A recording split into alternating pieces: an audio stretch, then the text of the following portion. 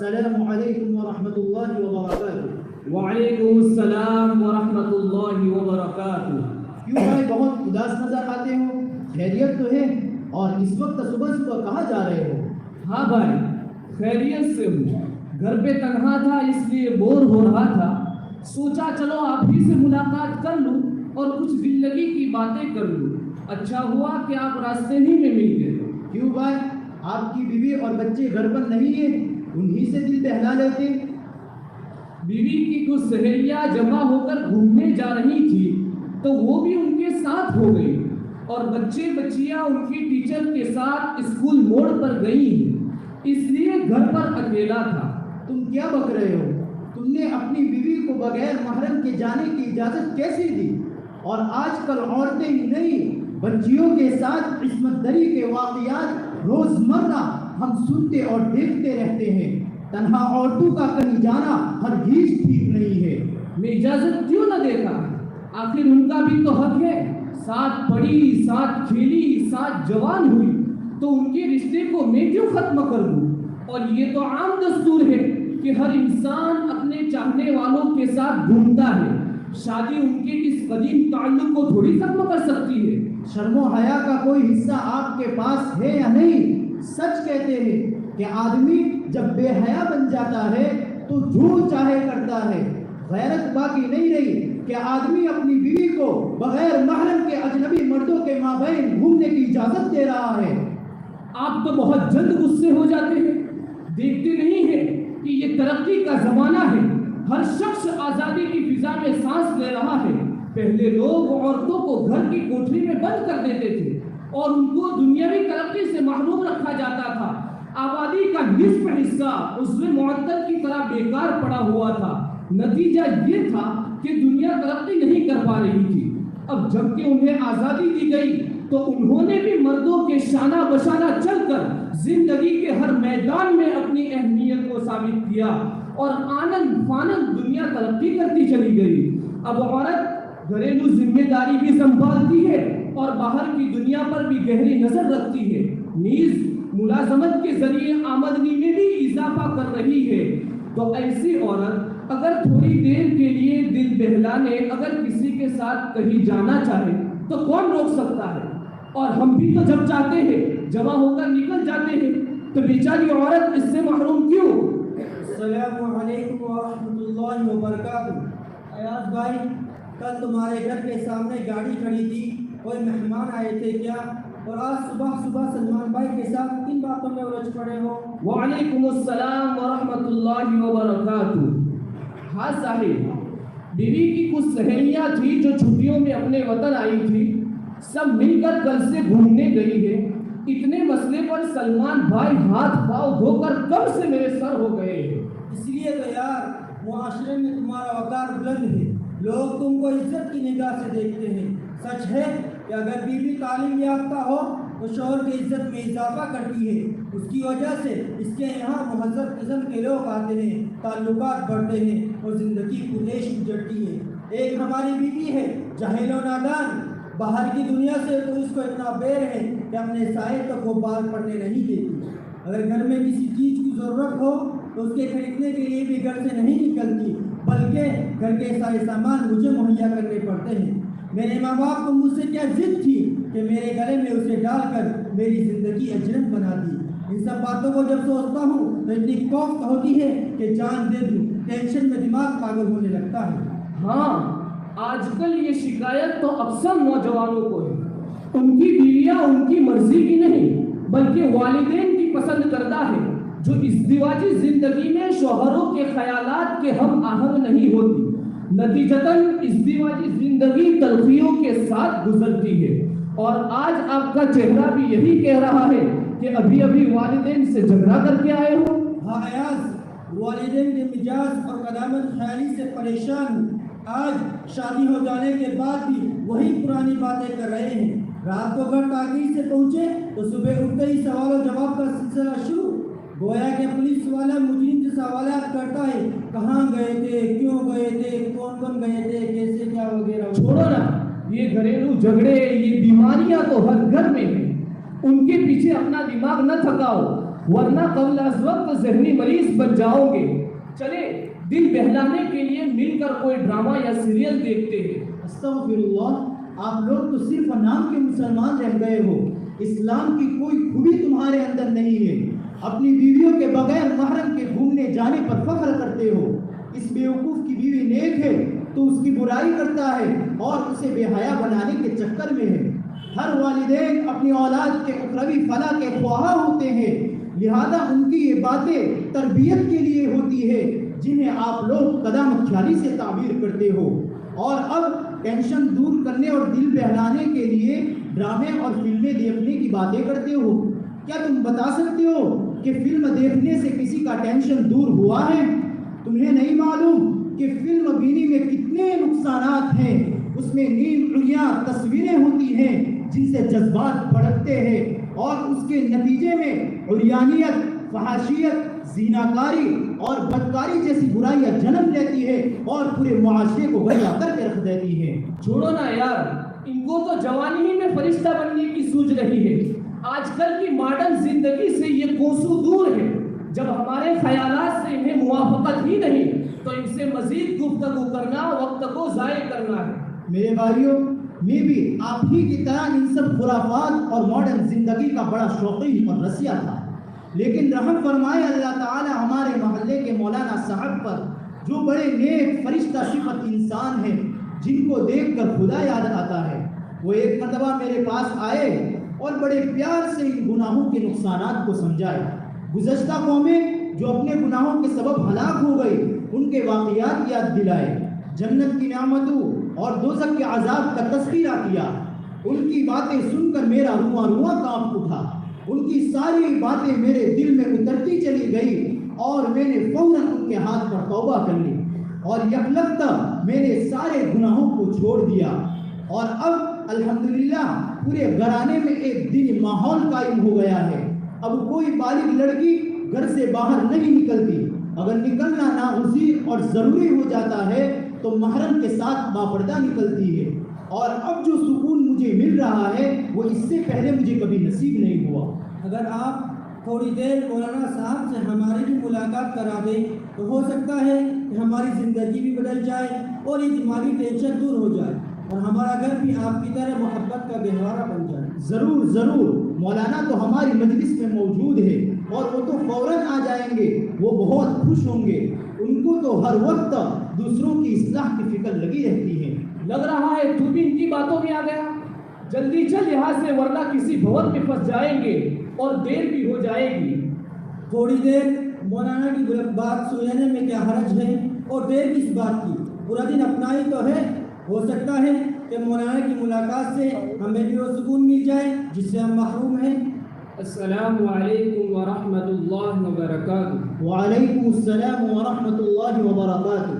مولانا، یہ لوگ دین سے بالکل بہرے ہیں، مغربی ثقافت و تہذیب کے دلدادہ ہیں۔ ان کے گھروں میں بے پردگی عام ہے، بلکہ بے غیرتی کی بھی کوئی انتہا نہیں۔ ان کے گھروں کی مستورات بغیر محرم کے بے حجابانہ گھومتی ہے، اور یہ خود بھی عورتوں کے ساتھ اختلاط والی جگہوں میں تفریحاً جاتے رہتے ہیں۔ آج یہاں پر ملاقات ہو گئی، مجھے تو کچھ آتا جاتا ہے نہیں، خیر ٹوٹی پھوٹی زبان میں کچھ سمجھایا، بات ان کی سمجھ میں آ رہی تھی، سوچا آپ کو بھی زحمت دے دوں تاکہ آپ قرآن و حدیث کی روشنی میں ان کو سمجھا دے، خدا کرے بات ان کی سمجھ میں آ جائے۔ میرے عزیزوں، کتنے افسوس کی بات ہے کہ آج ہماری سوچ اتنی بدل گئی ہے کہ ہم اپنی فلاح و بہبود مذہب اسلام میں تلاش کرنے کے بجائے مغرب کی دنیا میں تلاش کرتے ہیں۔ کتنا مبارک تھا وہ زمانہ جب دنیا کے اکثر حصوں پر مسلمانوں کی حکمرانی تھی، ہر طرف امن و امان اور عدل و انصاف تھا، لیکن جب اسلامی حکومت زوال پذیر ہوئی اور مغربیت نے سر ابھارا تو قسم قسم کے فتنے جنم لے لگے، اور یعنیت فحاشیت عام ہوئی، زناکاری اور بدکاری کی واردات میں دن بدن اضافہ ہونے لگا، اور یہ نعرہ بہت زور شور سے بلند کیے جانے لگا کہ ابھی تک عورتوں کو گھر کی کوٹڑی میں بند کیا جاتا تھا، آبادی کا نصف حصہ بیکار پڑا تھا، قومی تعمیر و ترقی نہیں ہو پا رہی تھی، ابھی تمہیں حکومت اور سیاست کے وانوں سے محروم رکھا گیا تھا، اب تم باہر آ کر زندگی کی جد و جہد میں حصہ لو، دنیا بھر کے اعزازات اور اونچے اونچے مناصب تمہارا انتظار۔ مولانا صاحب، اگر مغربیت نے عورتوں کے حق میں یہ نعرے لگائے ہیں تو اس میں لائق مذمت کیا شے ہے؟ مغربیت تو عورت کو اس قید سے آزاد کرنے کے لیے یہ نعرے لگا رہی ہے جس میں عورت صرف اور صرف قیدی بن کر رہ گئی تھی، اور یہ تو عورت کے لیے انصاف کی بات ہے۔ ایاز، آپ تھوڑا صبر کا دامن تھام کے رکھیے اور مکمل بات بغور سنیے، پھر آپ بتلائیے کہ مغرب کا یہ قدم عورت کے حق میں ہے یا اس کے خلاف ہے۔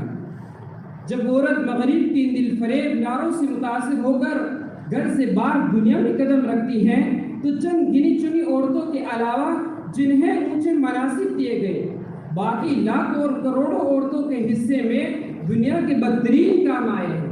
چنانچہ اسے دفتر میں کلرکی عطا کی گئی، اسے اجنبی مردوں کے سیکریٹری کا منصب بخشا گیا، اسے تجارت چمکانے کے لیے سیلز گرل اور ماڈل گرل بننے کا شرف بخشا گیا، اور اس کے ایک ایک عضو کو برسرے بازار رسوا کر کے گاہکوں کو دعوت دی گئی کہ آؤ اور ہم سے مال خریدو۔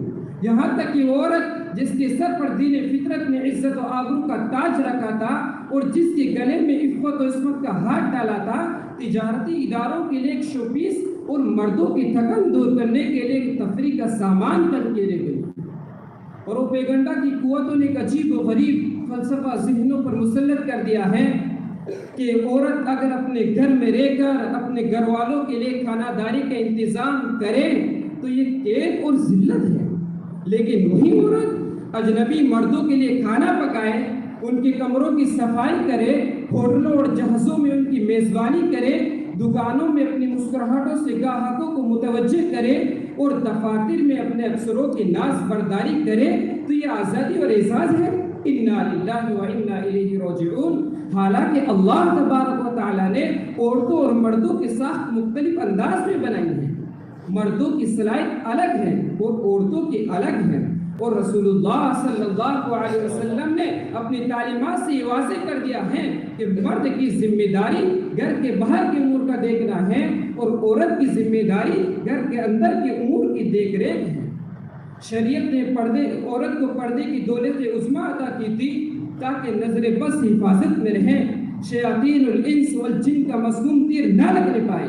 اس لیے کہ حدیث شریف میں آتا ہے کہ جب عورت بے پردہ ہو کر نکلتی ہے تو شیطان اسے جانتا ہے، ان لوگوں کے دلوں کو اس کی طرف مائل کرتا ہے۔ کیا تم دیکھتے نہیں کہ بے پردگی کے سبب آج معاشرے میں کیا کیا برائیاں پھیل رہی ہیں؟ آئے دن اخبارات میں سنسنی خیز خبریں شائع ہو رہی ہیں، عصمت دری کا ارتکاب کیا جا رہا ہے، بے حسی عام ہو گئی ہے، غیرت و حمیت کا نشان مٹ چکا ہے، برائی کا نام اچھائی رکھ دیا گیا ہے۔ چنانچہ لوگ دیکھتے ہیں کہ ان کی لڑکیاں اور بیویاں دوسرے اجنبی مردوں سے والہانہ انداز میں ملتی ہیں اور ان کے ساتھ تفریح بازی کرتی ہیں، لیکن ان کی غیرت کو جوش آنا تو کجا اس پر خوش ہوتے ہیں اور فخر کرتے ہیں۔ پرنٹ میڈیا، الیکٹرانک میڈیا اور انٹرنیٹ کی دنیا نے تو اور جلدے پر پیٹرول چھڑکنے کا کام کیا ہے، نیم عریاں تصویریں شائع کرنے اور ان کو ناگفتہ بھی ایکشن میں دکھلا کر لوگوں کے جذبات بھڑکاتے ہیں اور لوگ بھی ان کے نکالے کو اپنا نصف العین بنا لیتے ہیں۔ ہم انتہائی حسرت اور ندامت کے ساتھ یہ کہنے پر مجبور ہیں کہ مغرب کا یہ سحر اور موثر فتنے ہماری قوم کے فرزندوں کو مسحور کر چکے ہیں۔ نوجوانوں کی ایک بڑی تعداد ان کے دام فریب میں پھنس کر ابلیس لعین کی ذریت کو خوش کر رہی ہے اور پیغمبر عربی صلی اللہ علیہ وسلم سے رشتہ کمزور کر چکی ہے۔ اس لیے میرے دوستو، ہمیں ضرورت ہے اس بات کی کہ ہم جانیں کہ یہ مغربی فتنے کون سے راستے سے آتے ہیں اور ان کے روکنے کا کیا طریقہ ہونا چاہیے۔ مولانا صاحب، ان مہذب فتنوں کو تو آپ نے اچھی طرح سمجھایا، اب برائے کرم یہ فتنے زندگی میں کہاں سے داخل ہوتے ہیں اس کی بھی وضاحت فرما دیجئے تاکہ ہم اپنے آنے والی نسلوں کو اس سے محفوظ رکھ سکیں۔ ساحل، ویسے تو ان فتنوں کی آمد کے بہت راستے ہیں، لیکن ان فتنوں کے بڑے پلیٹ فارم دو ہیں، میڈیا اور عصری تعلیم گاہیں۔ ایک مسلمان کے لیے اولاد صرف ایک دنیاوی نعمت ہی نہیں بلکہ آخرت کا سرمایہ اور بہترین صدقہ جاریہ ہے۔ میڈیا اور عصری تعلیم کے اس دور میں ایمان کے ڈاکو کس طرح خاموشی سے ہماری آئندہ نسلوں کو مہذب فتنوں اور الہات کی طرف دھکیل رہے ہیں، اس سے ہم بے خبر ہیں۔ بظاہر اپنے اولاد کو پڑھائی کے لیے عصری تعلیم گاہوں اور اسمارٹ فون اور انٹرنیٹ کے حوالے کر دیتے ہیں، اور ہمیں پتہ نہیں چلتا روز بروز ہمارے اولاد ان فتنوں کی زد میں آ کر ایمان سے ہاتھ دھونے کے قریب ہوتی رہتی ہے۔ مولانا صاحب، آپ دیکھتے نہیں کہ عصری اسکولوں، کالجوں، انٹرنیٹ اور میڈیا کی بدولت آج ہماری اولاد کس قدر آگے بڑھ چکی ہے۔ یہ ڈاکٹر، وکیل، انجینئر وغیرہ ان تعلیم گاہوں میں جانے کے بعد ہی تو تیار ہوتے ہیں، پھر انٹرنیٹ کی مدد سے اپنی صلاحیت میں اور ترقی کرتے ہیں۔ یہ چیز ہے تو ہماری نسلوں کے لیے مفید ہے، ان سے کیسے ہماری اولاد مہذب فتنوں اور الحاد کی شکار ہو سکتی ہے؟ ایاز، آپ کو نئی نسل کے ظاہر یعنی ڈاکٹر، وکیل، انجینئر وغیرہ ہونا تو نظر آیا، لیکن کیا کبھی آپ نے ان کے باطل کا جائزہ لیا؟ انہوں نے جس خدا کو اپنا رب مانا ہے اس خدا پر ایمان کا پتہ لگایا، جس رسول کی رسالت پر ایمان لائے ان کی محبت اور ان کے ارشادات پر یقین کو پرکھا۔ افسوس ہے آپ کی ایسے سوچ پر۔ آج کل عصری تعلیم گاہوں میں مستقل ایسے گروہ ہیں اور سوشل میڈیا بالخصوص فیس بک، انسٹاگرام، ٹویٹر پر ایسے سینکڑوں اکاؤنٹس بنے ہوئے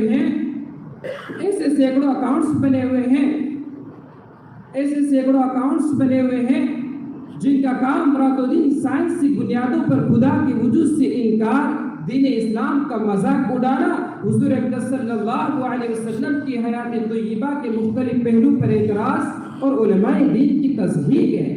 عام طور سے ان کے گروہ کے نام اس انداز سے ہوتے ہیں کہ بظاہر وہ اسلامی ٹیم نظر آئے، اور ان گروہ کے کارکنان اور ان کی تعلیم سے اتفاق رکھنے والے سینکڑوں لڑکے اور لڑکیاں مسلمان نوجوانوں کو راغب کرنے میں مصروف ہیں۔ بظاہر یہ مسلمانوں کے نام سے اکاؤنٹس رکھتے ہیں، مگر فکری طور پر یہ ملحدین ہوتے ہیں۔ میں ان کا طریقہ مختصر بیان کرتا ہوں۔ ابتداءً اسلام پر کوئی اعتراض نہیں کیا جاتا، بلکہ مختلف اسلامی احکام کو سائنس اور لاجک کسوٹی پر پرکھا جاتا ہے، اور جان بوجھ کر ایسے دینی موضوعات پر بات کی جاتی ہے جو سائنس سے ثابت شدہ ہے۔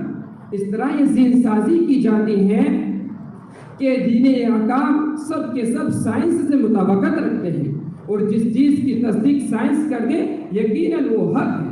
اس کے بعد ایسے موضوعات کو خریدا جاتا ہے جو سائنس سے بالاتر ہے، مثلا وجود خدا، وحی کا علم، واقع معراج وغیرہ وغیرہ، جن کا تعلق خالصاً ایمان بالغیب سے ہے، جو یقیناً حق ہے مگر سائنس کی دسترس سے بار ہے، اور چونکہ ذہن سازی یہ کی گئی ہے کہ معیار حق سائنس ہے، چنانچہ ان کلیدی عقائد کو مشکوک کیا جاتا ہے۔